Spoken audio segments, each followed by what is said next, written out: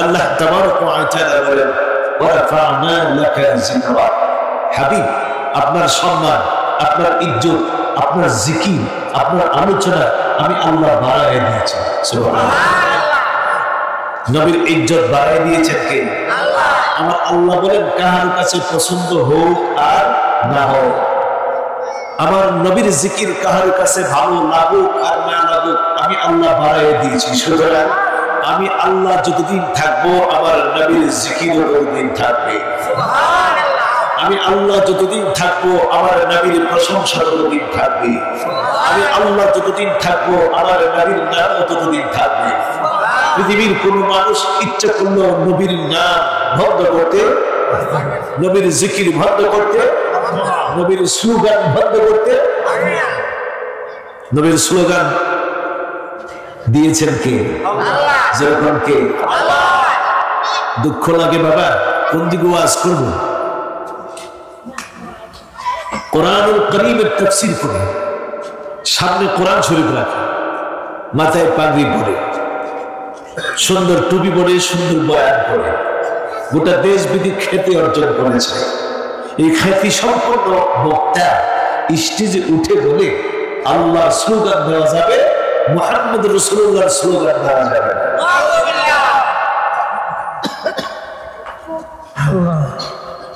যারা নবীর স্লোগান বন্ধ করতে চায়, যারা নবীর স্লোগান বন্ধ করতে চায় তারা কি নবীর পক্ষের লোক না বিপক্ষের লোক? তারা কি ঈমানদার না বেঈমান? তারা মুমিন না মুনাফিক? মুনাফিকরা চায় না নবীর স্লোগান চলুক। মুনাফিক এবং মুসলমান পার্থক্য হয়েছিল একটা স্লোগানে, নবীর স্লোগানে। সুবহানাল্লাহ। ঈমানদাররা আল্লাহু আকবার বলে, মুনাফিকেরাও আল্লাহু আকবার, ইহুদিরাও আল্লাহু আকবার। যখন মুনাফিক মুসলমান একসাথে যুদ্ধের ময়দানে একত্রিত হয়ে গেল, একদল ঈমানদার খাঁটি আশিক রাসূল তখন স্লোগান দিতে লাগলো, ইয়া মুহাম্মদ ইয়া রাসূলুল্লাহ, ইয়া মুহাম্মদ ইয়া রাসূলুল্লাহ। যখন ইয়া মুহাম্মদ ইয়া রাসূলুল্লাহ স্লোগান চলে এলো, মুনাফিকের জবান বন্ধ হয়ে গেল। ইমান যারা ঈমানদার তাদের স্লোগানের আওয়াজ বাড়তে লাগলো। সুবহানাল্লাহ। মুনাফিকরা স্লোগান দেয় আল্লাহু আকবার বলে, মুনাফিকরা স্লোগান দেয় কি? আল্লাহু আকবার। স্লোগান দিলে জোর বাড়ে, আওয়াজ বাড়ে, সবাই এক মিলে আওয়াজ দেয়। যেই মাত্র নবীর স্লোগান আসে ঈমানদারের আওয়াজ থাকে আর মুনাফিকের আওয়াজ কি হয়ে যায়? বন্ধ হয়ে যায়। আমার আল্লাহ বলেন, হাবিব কেউ যদি পৃথিবীতে আপনার নাম বন্ধ করতে চায়, আপনার জিকির বন্ধ করতে চায়, আপনার স্লোগান বন্ধ করতে চায়, তার স্লোগান বন্ধ হয়ে যাবে, তার নাম মিশাল দেওয়ার মতো কেউ থাকবে না। কিন্তু আপনি নবীর স্লোগান ততদিন থাকবে যতদিন আমি আল্লাহ থাকবো। জোরে বলুন সুবহানাল্লাহ।